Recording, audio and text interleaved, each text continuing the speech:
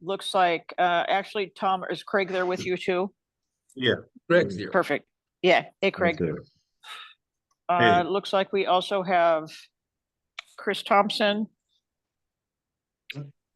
Let's see here. Looks like we have Shane Lindsley, excuse me, Yep. Shane. Got my notes here.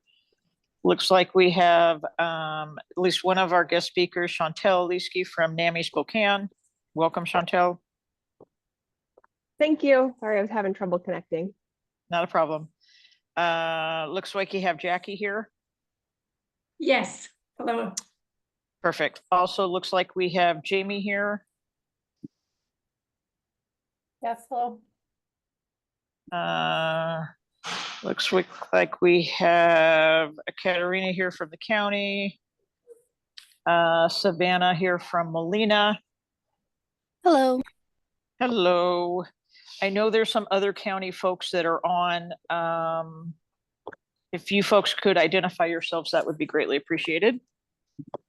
Yes, good afternoon, everyone. My name is Jessica Thompson. I'm an integrated behavioral healthcare supervisor here at the ASO. Ashley will be joining us here shortly. She'll probably come into the same room as me. We're just running to back-to-back meetings this afternoon. Perfect. Good to see Thank you you, all. Jessica. You too. Anyone else here on the call that I've not named, or anyone else here that I'm not aware of? Looks like a couple folks have joined just in the last minute or two. Looks like we have Dave Lund here. Yep. Okay, I'm trying to update my notes here.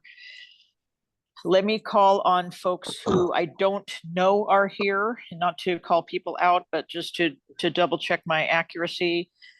Is Gail here? Okay, how about Lori Moon or Lita Phillips?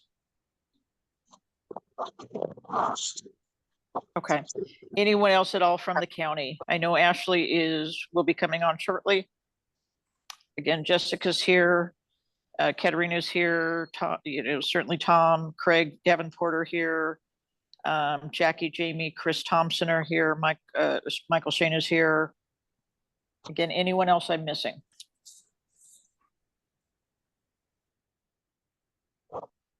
Okay. Well, there may be some other folks that come on. If you happen to notice that they do come on as we get going, just point it out to me so we can add them in really quick. Let's go ahead and get the meeting started. So again, welcome to everyone for a meeting in July here. If all of you would take a look at last month's meeting minutes for accuracy or changes. And then after you've had an opportunity to do so, as well as taking a look at last month's roster of attendance. After you've had a chance to do so, if I could have any corrections, additions, edits first. And in the absence of those, we'll go for a movement for approval. A motion to accept the minutes, Kim. Thank you, Shane. I'll second the motion. Okay, beautiful. I'm going to wait for just a couple of minutes just to make sure folks have a chance to look at them and make sure there's no changes.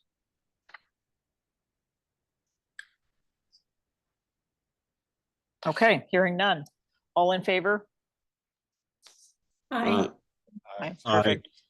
Any opposed or abstained? Okay, perfect. All right. I hope everyone is staying cool. So let's go ahead and move on to the next item on our agenda. So Chantel, I know you are here. Do you also have Lillian Kelly with you today? No, I don't believe Lillian's going to be on the call. Okay. Well, Chantel, we're going to go ahead and turn things over to you. Oh, thank you. Yeah, thanks for being here. So I'm Chantel Leesky. I'm the executive director here with NAMI Spokane, and I am working really remote today, and I joined a hotspot. So if there's any trouble, I apologize. So I figured I'd go just a little bit through. I know that our previous navigator, Rob, presented to this group, but I'll go just kind of what the navigator program is and then some of the successes that we've had. When I started with NAMI Spokane 3 years ago, I came from the domestic violence field, and one of the things that I noticed was we were getting a lot of calls from our community asking how to navigate mental health resources, or if they were facing a barrier, how do they overcome that barrier? And I know as domestic violence advocates, we spent a lot of our time addressing those very same issues within the domestic violence field. And so I took the model from the domestic violence advocates and brought it into this field and thought, why can't we do the same thing and help people navigate this really complex system? And so they don't have to do it on their own, and we can answer questions, we can help address barriers. And so we launched the Resource Navigator program, and Rob presented, I think it was sometime in the fall for you all. And it has been a great success and addition for NAMI Spokane. They don't have to be connected to any services or support. Just any one of our community members can call and get support. We get a lot of family members. There's quite a bit of parents who have recently had a diagnosis of their adult child, or they don't know what's happening with their adult child. Maybe it's their first episode. And so we get a lot of that bucket of people asking for services and support and how do they help their loved one. We recently did have a change of staff. Rob graduated with his MSW from Eastern and moved to Alaska. And so we hired a new staff, Lillian, and she came to us with a great deal of experience. She answered 988 with Frontier. And so it's an amazing built-in resource for us. Many times we were trying to learn the system ourselves while we explained it to families, and Lillian comes to us with a background that's very helpful for families to explain what's happening, what they can do, what services and supports they can go to. And recently on June 28th, we launched a text line. We were trying to figure out ways to have people easier to reach out to us. And we noticed the demographic that we were serving was basically above the age 40 bracket. And we were trying to figure out ways that we could engage a younger population. And so we figured text was one of those things, and calling a landline should not be the only option for them to get a hold of us. And so since we launched it on June 28th, we've had 8 individuals already reach out for services, and then ask ongoing questions and support through our text line. And since Lillian has been with us this month, our numbers are increasing. She has served so from June 4th to July 4th, she served 39 more people in 2024 than we had served in 2023.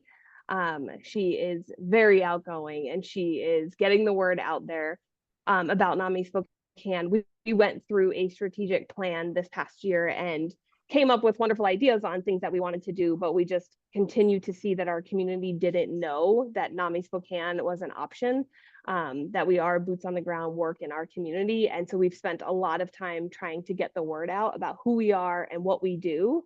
And Lillian has been a wonderful addition in making sure that that gets out there.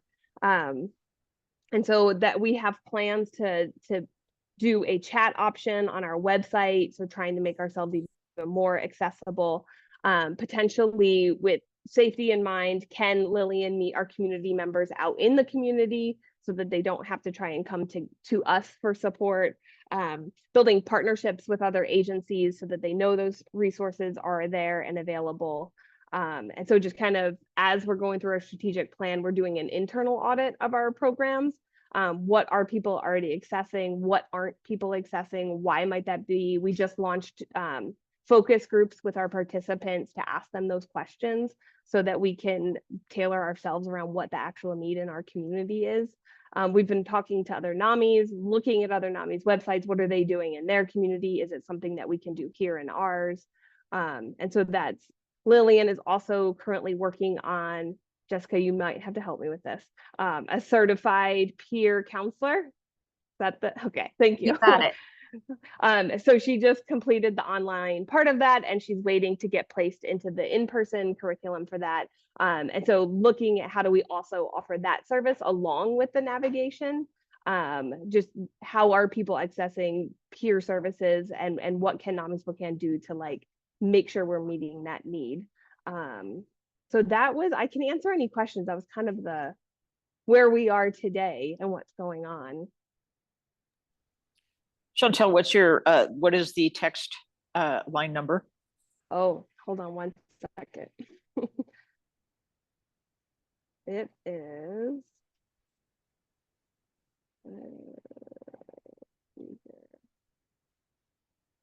I just created a Facebook post. I have that, Nami, Chantel, sorry. It's okay. Yes. So that new phone number is 509-209-3905. And I will be sharing out kind of to our system of care and this group as well, the information on the new text line. So you will have that as well. Oh, perfect. Thank you. Thank you. Do you have like a flyer that gives all this information, like a quick flyer that you can give to people that has all this information on it? Like a brochure? Yeah, we are currently recreating our brochures. They were very wordy, so we're paring it down. Oh, perfect. Thank you. Yeah. And once you have that ready, I'm sure Chantel will send that to us and we will send that out to this group as well. Yeah, absolutely. And then we were able to, if someone goes to our website, the link for the text line is clickable. So if they're on their phone and they access our website, they can go immediately send that text to us. Perfect. Folks, questions for Chantel?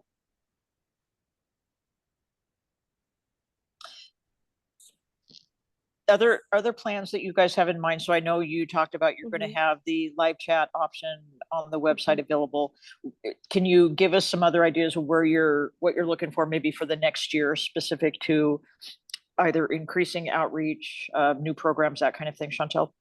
Oh, sure. So in our evaluation, we learned that our family programming, so NAMI Spokane, we have a family support group and then the family to family educational course that's really unduplicated in Spokane. And so we're looking at ways, how do we increase volunteers for that program so that we can offer it more? And then how do we partner with other agencies? So potentially, like I talked with Multicare, how do we get volunteers to be able to do it on site at Multicare so those families have access to it right there where they're already getting services?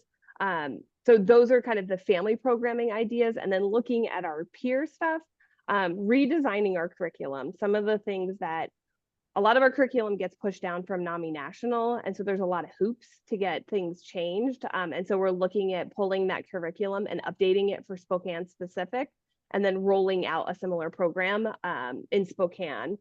We're working on the curriculum. We should be launching it soon. And a quick educational course. We're going to try to market it to our businesses downtown. And how can you help respond if someone comes into your business or place downtown if they're experiencing a mental health crisis? It's called CALM, and NAMI Southwest Washington does it, and they sent the curriculum to us. And so we're in the works of putting it into our own PowerPoint and adding in all of our Spokane stuff, but to be able to offer that downtown and how to handle a situation if you don't quite know what's going on, and be available to help that person. And what are your resources? What does that look like? Because I think oftentimes, specifically our businesses and our cashiers just don't know what to do. That sounds fantastic. Thank you for that. Yeah. Folks, other questions or comments for Chantel? Yeah, Chantel, I'm new at this, so I'm still learning. And if I Google NAMI, will I get a website? Will I get their website and be able to educate myself a little bit more? You will, but Google NAMI Spokane because it is a 3-tiered organization. So I heard NAMI, yeah, okay, yeah. Thank you. And I am putting the website in the chat, so that should be available to you all. And you'll know it's Spokane because it's got the clock tower and it'll look familiar. Chantal, I just have a comment. If you're working with the downtown businesses, the Denny Clinic would be a good place to, I mean, although they're not going to need like, the calm stuff, but it might be a place to get information about, they can always, we help a lot down here. Okay. Thank you. And that's another program we've started doing. We were partnering with Rise, where we would have our volunteers go talk with people who were exiting their program on like ways that they helped in their recovery, and gave those individuals some tools in their toolbox. And we've called that Living Well with Mental Health. And we want to partner with other agencies to have our volunteers go and talk about their recovery and helping those individuals, also with the hope that once they're done that treatment, they will pop into NAMI services and our support group. Oh, cool. I just know that the Denny Clinic actually has walk-in time for mental health, Awesome. Okay. which Thank not you. many people know about, and it's accessible through Denny patients or anybody who's currently unhoused. Thank you. That's very, very helpful. Any resource like that. 9 to 11:30. We do it every single day, Monday through Friday. Okay.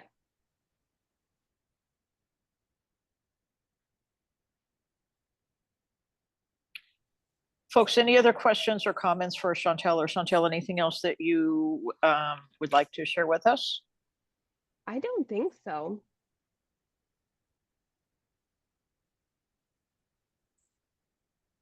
And thank you very much. I appreciate your being here today. Absolutely. Thank you all. Yeah, you're certainly welcome to stay if you wish, or if you have other things to do or want to enjoy the outside warm weather, feel free. So up to you. But again, thank you again. Thank you. I did have to close a few windows so it was quiet, so it's getting warm in here. Thank you. All right. All right. Bye. Thank you. Take care. Bye-bye. You, Chantel. Okay, moving on. I'm looking at my count here. It looks like Ashley, you arrived, so welcome. I don't believe anyone else came in that has not gone through roll call. Please speak up though if you have, in case I missed you. And then let's go ahead and move on to the county administrative updates. Wonderful. Thank you, Kim. Hello, everyone. Good afternoon. Happy Monday afternoon on this very warm weather week that we continue to have here. Ashley McGee, manager here with the ASO. And I just, on the first point that we have listed here is just kind of a community update about the closure of Providence's Psychiatric Center for Children and Adolescents, also known as PCCA. We received notification, I believe it was last week, that PCCA will be planning to close in September of this year. And so obviously that has an impact in our community. PCCA has been around for a very long time, and I know has benefited a lot of youth, adolescents, and their families for treatment. And in response to that, you know, we've been having conversations with the state, with other resources in the community, and we want to just acknowledge the great work that's been done through PCCA and what has also been invested in our community when it comes to programs targeting treatment and access to treatment for youth and adolescents. And so over the last couple of years, there's been joint projects with the Healthcare Authority, also funded through mental health sales tax locally, that include expanding our children, youth, and family crisis response team. So having in Spokane County a designated child, youth, and family mobile crisis response team to serve youth and their families. More recently, that was paired with a federal grant for our mobile response and stabilization services, MRSS, which is a stabilization service that's able to stay with youth and family in the community, provide service for up to 8 weeks while those connections are occurring after a youth or family defined crisis in our Spokane area. We have also worked to implement the Initiative for Student Wellness, ISW, which is a school-based screening and brief intervention and referral to treatment program, SBIRT, and that's in 7 schools in Spokane County. We also have the Teen Line through Excelsior that serves youth and families, as well as New Journeys for first episode psychosis, and our CLIP task force that holds regular meetings to look at voluntary CLIP referrals, as well as they can do consultation for referral to other treatments in the community. And with that, we also have the implementation of our, and I know this is a lot of acronyms that I'm throwing out, so apologies for so many acronyms, but that is the behavioral health field, isn't it, for us? Is our REACH team, which is our Youth Navigator program, Youth Behavioral Health Navigator program. And that stands for Resource Engagement for Adolescents and Children. And that team is also working to provide multi-system team consultations for youth and families in our community, as well as care coordination and behavioral health navigation for youth and families when they're searching for not only behavioral health related services, but other services that can help support them in their communities. And so with that, there are a lot of programs that we're hoping can help address some of that need left behind by PCCA, and help also not only provide crisis care, but also upstream intervention to help prevent youth and family from getting to that crisis point if possible. So I'll pause here because that was a lot of acronyms and a lot of information I just rattled off there, to see if there's any questions, or Jessica, if there's anything you want to add to that as well, feel free. I have nothing to add. Are there any questions? It's not written down somewhere. I'm not gonna, I didn't get it all. We'll have meeting notes that go out that talk about that has that information. Thank you. Absolutely. Actually, if I could jump in for just one moment, I apologize, but if you are the person on the iPhone, could you please identify yourself in the chat so we could acknowledge you as, or certainly make sure you have credit for being here today. That would be Hi, appreciated. this is Lori Moon. Oh, thank you. Appreciate it. Yep. All right. Ashley, thank you. Sorry for that interruption. No, no worries. And of course, with those different programs mentioned and investments into youth and adolescent care in our communities, we've also, not only the ASO, but many partners around our community have looked at expansion of CLIP facilities and reduction in outpatient clinician vacancies by focusing on workforce improvements. So hoping to always have availability for youth and families to get that service outpatient, and not have too long waiting lists for that due to workforce challenges. And with that, I will turn it over to Jessica to talk a little bit about the next item on our list here. Thank you, Ashley. So I think the next item on our list is the Newport Recovery Cafe. As many of you know, Community Minded Enterprises also runs a recovery cafe within Spokane County. It has been identified that up in our rural communities, so Pend Oreille County, Newport, Washington specifically, they saw a need for a recovery cafe and substance use disorder support services up there.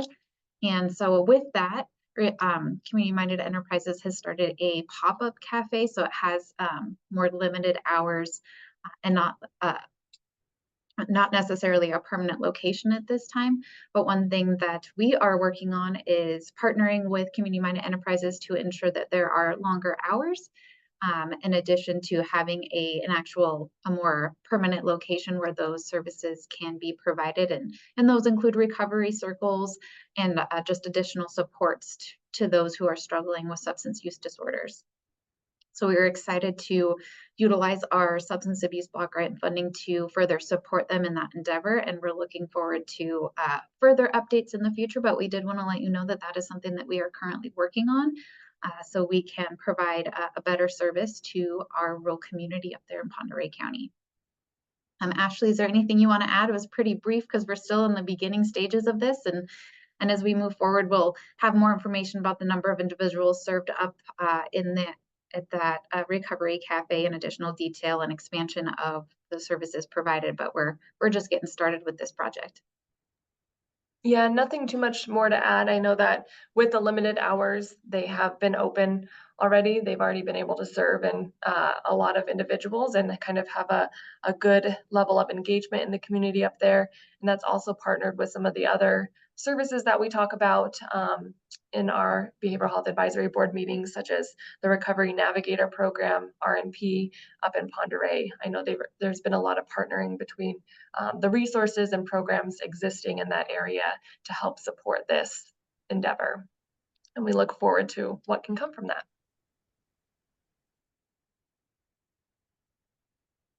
Any questions regarding the Newport Recovery Cafe? Again, more detailed information on the specific programming and number of individuals being served and such will probably come in a later meeting, but just wanted to let you know that about the ongoing effort. No, that's really cool. Thank you. Wonderful. So moving right along. Oh, was there? I wanted to ask one question. Do we have something like that going up in Colville, Stevens County? Or are we looking at it? I've gotten We a don't- lot of calls from up there.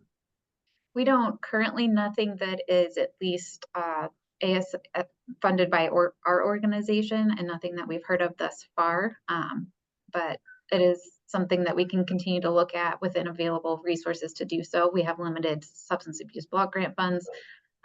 So I think it's definitely a great need and something that we can explore, but not to my knowledge, there's not a recovery cafe up there. We do partner with Northeast Washington Alliance Counseling Services to provide substance use disorder outpatient sobering services and intensive outpatient services for Stevens County.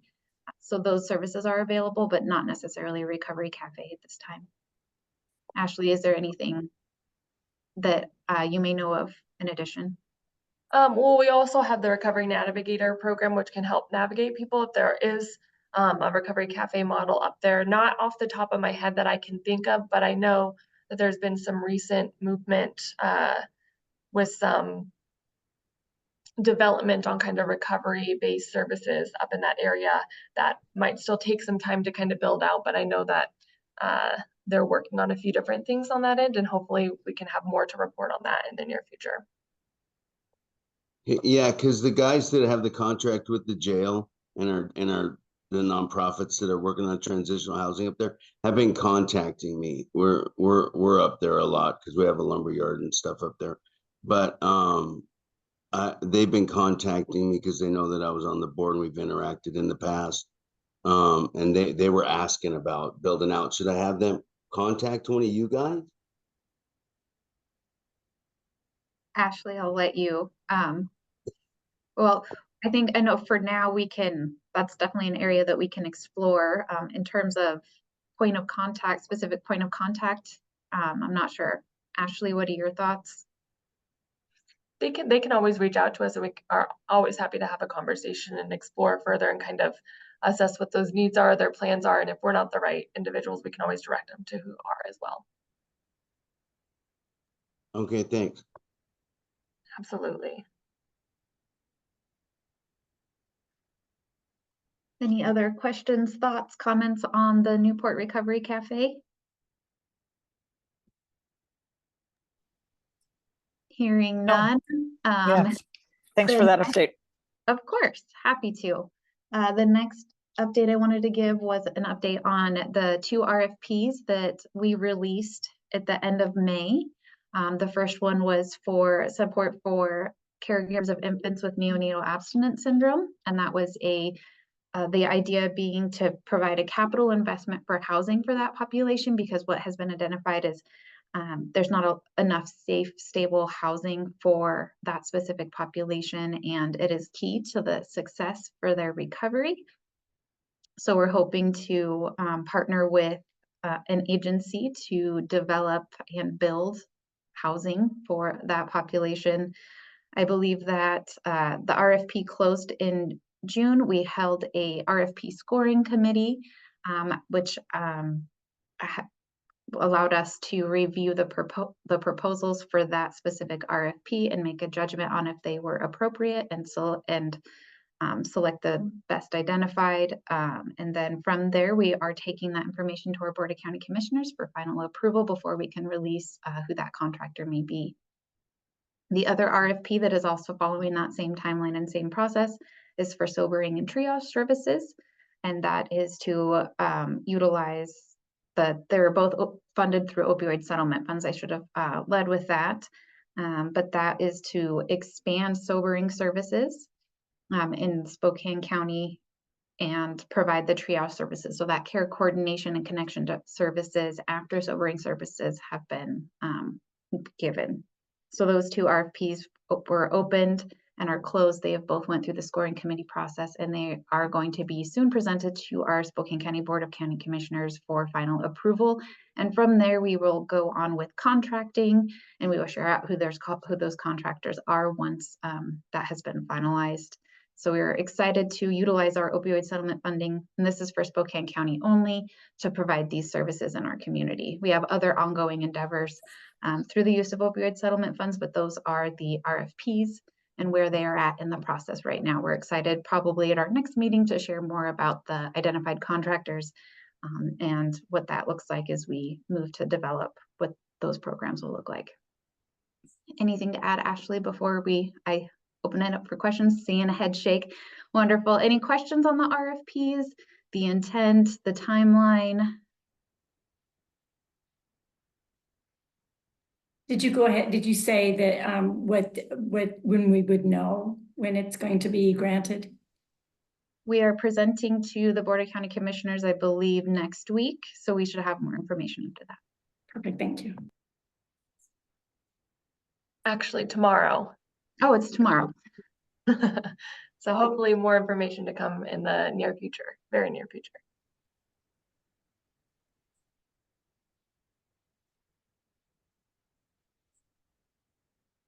All right, if there are no other questions or comments, I'm going to turn it back to you, Kim. Thank you. Before we move on to the next agenda item, one more opportunity. Any questions or comments for Jessica or Ashley specific to the 3 updates as well as any other county business? I'd like to, Ashley or Jessica or both of you, I'd like to know how, I don't remember which month it is. I want to say it was February, March or something, maybe earlier, maybe later. But Josh, and I'm forgetting who else came with him to talk about Reach a little bit. So I'm wondering how Reach is doing, how they're doing with regard to getting referrals, how that whole program is working so far. I know it's still early. Yeah, absolutely. We do have some recent shifts in that program just in terms of staffing. So Stephanie Sorensen's been our Reach program manager since September of last year, and unfortunately her last day with us will be tomorrow. And so we will be looking to fill that position for the program manager.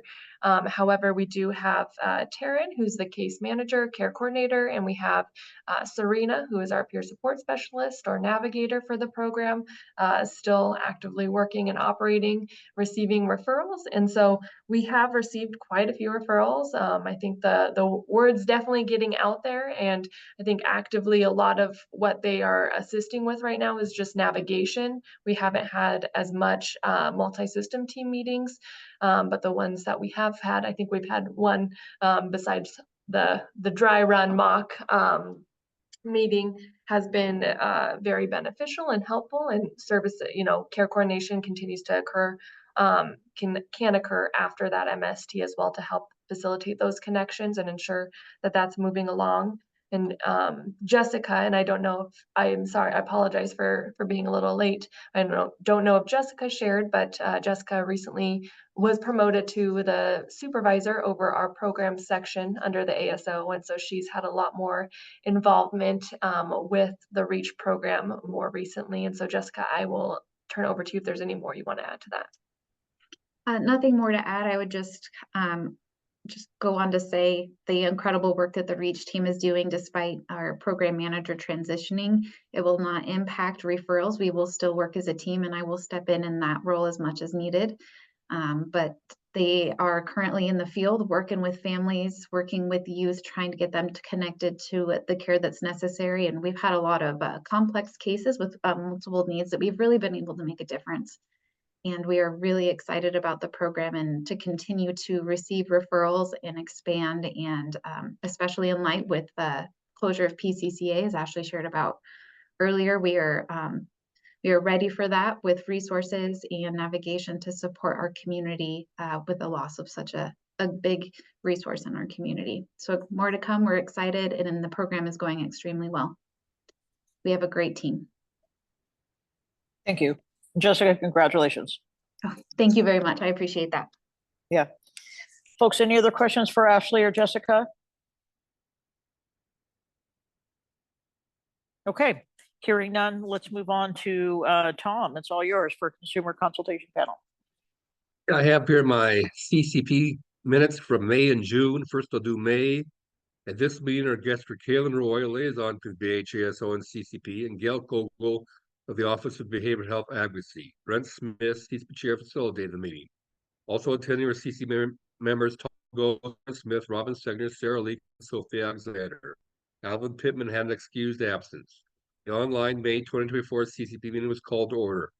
The April 2023 CCP meeting minutes were read and approved. There was no April 2024 Behavioral Health Advisory Board meeting, so this was not reported on. Gail shared a review of the revised CCP charter and bylaws. There were a few changes that were approved, and it will be updated with BH language. We discussed the coming June, a walk-in event put on by the CCP. The event will be held on Tuesday, June 4th, 2024 from 11 a.m. to 1:30 p.m. CCP members should arrive by 10 a.m. It was suggested we remind the following groups to attend: Catholic Charities, EWU, AmeriGroup, WellPoint, Passages, OBHA, CREM 2, Pierce Spokane, Evergreen Club, the VA, Revive, and Emmy. It was also suggested that we ask Frontier Behavioral Health to put out a bulletin about the event. Brent said the CCP will meet on Wednesday, May 29th, at the Chatham Walmart at 10:30 a.m. to make the purchases for the event. He said that we can get a big helium tank for $63. Some suggestions for raffle prizes are a coffee maker, gift cards, candles, and a basket with goodies. We also need snacks and water. We should be prepared to spend $250 to $300 for the event.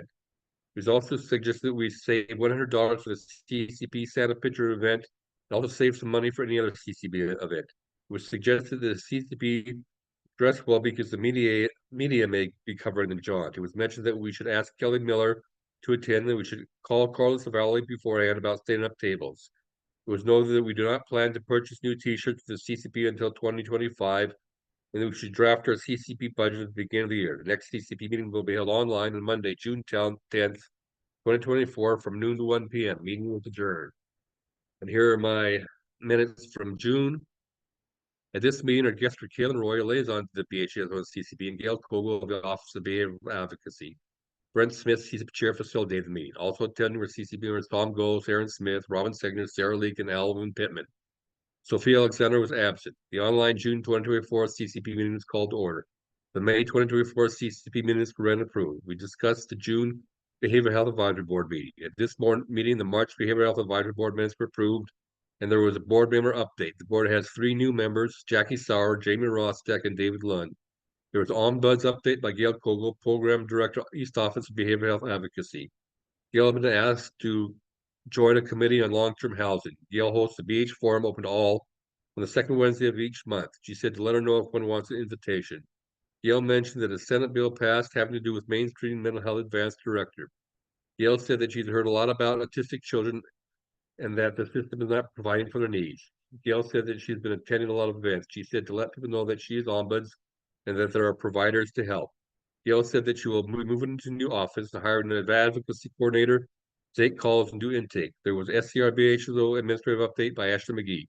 She reported on the annual block grant plan, review of mental health block grant, MHBG, and substance use block grant, SABG. Plans reviewed by the Behavioral Health Advisory Board. There were not too many updates, however, there may be changes in language and culture competency. Corresponder funding for MHBG and SABG may change. There's no SABG disruption to providers receiving funding, no changes in MHBG funding. There was another SARBHASO update by Ashley McGee. She said that they're currently monitoring the health of people and this looks good. There are correspondings with law enforcement. So this helps people receive their system of care. Ashley said that Spokane County is receiving open settlement funds and there is an influx of funding to provide sobering and treatment services. She said that individuals' care needs are met in crisis. There's funding for housing support for caregivers and infants needing SA treatment. It was mentioned that the authorities are trying to go after drug supply. BHAB then approved the block grant plan. It was noted that NAMI had a walk on June 1st. The CCB then reviewed the Jot and Shoot, a walk-in event recently put on by CCP. It was mentioned that we may be able to buy new shirts for next year. Sarah said she would check out the price of shirts. The shirts should be royal blue with yellow lettering. It was mentioned that the CCB needs a low turnout event because of bad weather. It was mentioned that the CCB has $260 remaining in the budget, and they can buy a microphone with this money. Also, Gail mentioned that we can purchase a speaker for karaoke for $25 to $26. We use the speaker to sing carols at the CCP Santa Picture event. We can also use the money to buy a table at the Evergreen Club 5K. Gail said that in November, he will remind Brent to do a trial run in his computer to prepare for the Santa Picture event. We mentioned that the only other item we need for this event are candy canes. Gail said that she's moving into a new office and has a boardroom where we may be able to hold CCP meetings. It was mentioned that KYRS Radio has moved to the Central Library and can do a public announcement advertising CCP events. Also, we may be able to advertise in the Spokane Inler, and KREM 2 may possibly film the jaunt and other events. We can put signs on cards in North Van Mall to advertise for the Santa event.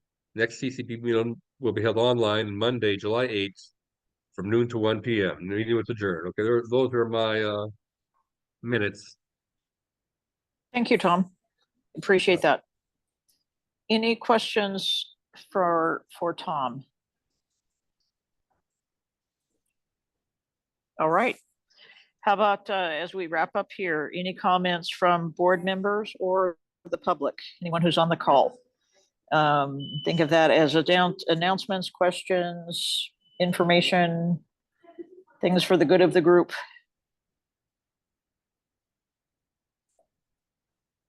Just if anyone needs my assistance, please reach out. Feel free to reach out, and I'm happy to help in any way. Thank you. Gail, was that you? That was me, What? Jackie. Oh, Jackie, I'm sorry. Yeah. You sounded a lot like Gail for just a second there. I wanted to acknowledge her if she had gotten here. Thank you, Jackie. I appreciate that. You bet. Yeah. Any other comments or questions? All right. Would to be honest, I don't remember, but did the 3 new board members, did you guys have an opportunity to introduce yourselves sort of formally or informally at your first meeting? I don't have a good sense from memory or from recollection of if this, I know Jackie, you're pretty new. Dave, you're pretty new. Also, I think Jamie, but I don't remember if you had the opportunity to introduce yourselves when you first came, like meeting when your first meeting that you attended. I think last month I introduced myself. I gave my name and that I work with the School of Medicine. And I think, yeah, so I did. If there's anybody with, if any questions or anything like that, I'm happy to answer any questions. But yeah, I work for the School of Medicine over here in Spokane, and loving being here. I've been here for just about 3 years now, and looking forward to continuing to get to know our program. Thank you. I did as well. Jamie Rostick. I'm the Director of Therapy Services over here at CHAS, and have been here for a couple of years as well. So I'll just Okay. introduce myself. Yeah, thank you. David, any comments from you? No, I was able to introduce myself previously as well. I'm the criminal justice specialist at the Secretary of State's office, and I previously worked for Rising Strong, Catholic Charities, and reentry organization in Idaho. So Perfect. All right, thank you again.